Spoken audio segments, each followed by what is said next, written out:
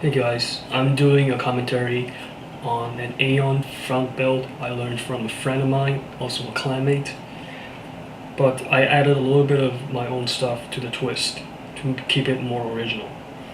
So the build started with one factory, two power generator, and one mechs.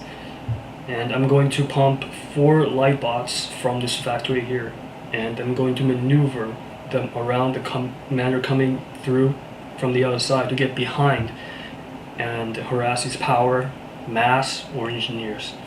The purpose of this act is to divert enemy focus in the middle to stop him from reclaiming mass. Then I'm going to push in very early in with proxy factories to crush him. So the two commanders now are moving into the middle. His build, I believe, would be one factory, two power generators. So I expect him to get to the middle just a little bit faster than I can. And as you can see here, timing is really crucial. He has caught one of my light bots coming in, but I have another three, so that's going to do quite a damage. My ally's helping out with scouting, so I can see where he's at. And I'm setting up these factories pretty close to the middle, but not that close. If you set up too close, then he's going to notice and he will probably try to take them out very early on.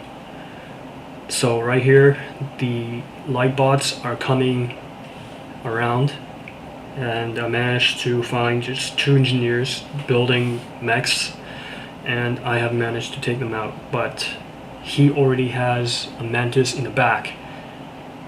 So he has some decent skills, because he expected that this kind of attack's coming from me.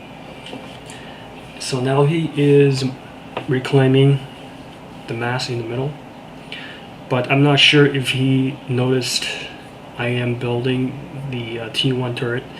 To deal with a T1 turret is best that you deal with them before they're built, especially for Cyber, because Cyber doesn't have the artillery power as other factions do. So right here I'm building the power generators around that one factory there, because I'm going to tech that factory to T2 around 5 to 6. And while both commanders are reclaiming, he made a mistake, chose to came in and did not realize that I have already set up two turrets, and he has taken tons of damage. And at this early on in the game, my ally is already helping with bombers.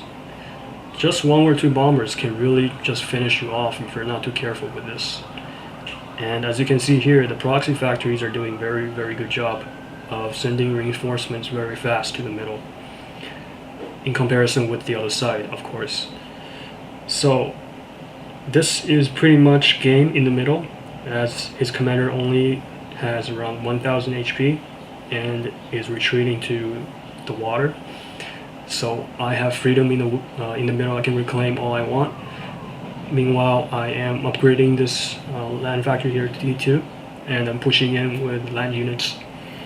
At the same time, he already has T2 land factory set up, and is pumping some tanks. Now I'm going to use my commander to overcharge these tanks. That's very important, because the T1 Aeon units are fairly weak, so they're not very good tankers, even though the artillery units do a lot of damage. But without a good tanker, they're just simply nothing. So my commander here is just going to overcharge the tanks to deal with them. So having done that, there is no way that he can come back into this game. But one thing you have to be careful is you have to ask your ally to send in air support, because around this time, being 10 to 11, you expect either T2 gunships or a lot of T1 bombers, even though his allies are helping. But the positioning of those land factories there is just way off. They're not going to do any good at all, positioned so far away. So that's pretty much game. Unless they somehow come back with T3 units or a lot of T1s. And my tech has kicked in. So right here I have T2 tanks as well as these mobile shields. These mobile shields are really key to your Aeon success, in my opinion. If you know what I mean, even when a commander dies, it doesn't really take all of that shield away. So it's really strong, and taking advantage of it, you can be really strong player if you know how to use them. So you want to use these shields to cover your T1 light artillery and your T2 tanks, because those are your main damage doers in your army. So I'm moving these my army to green, and with these T2 units, he simply stands no chance. And right here I managed to build another 5 factories, so in total I have around, I think, 11 factories, and I'm not even using the other 5. So in theory I could pump a lot more if I wanted to, but I think there is no need in this game, so I'm focusing more on my economy at this point.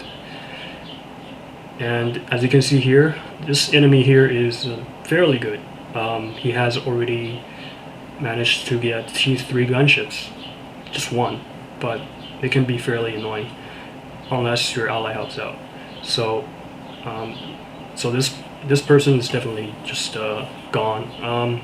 He has no T1 units to support it, and I still have a lot of units coming in. So I'm right now using the other 5 factories, and here I'm using that factory there to build T2 engineers, to build some T2 powers and upgrading mass.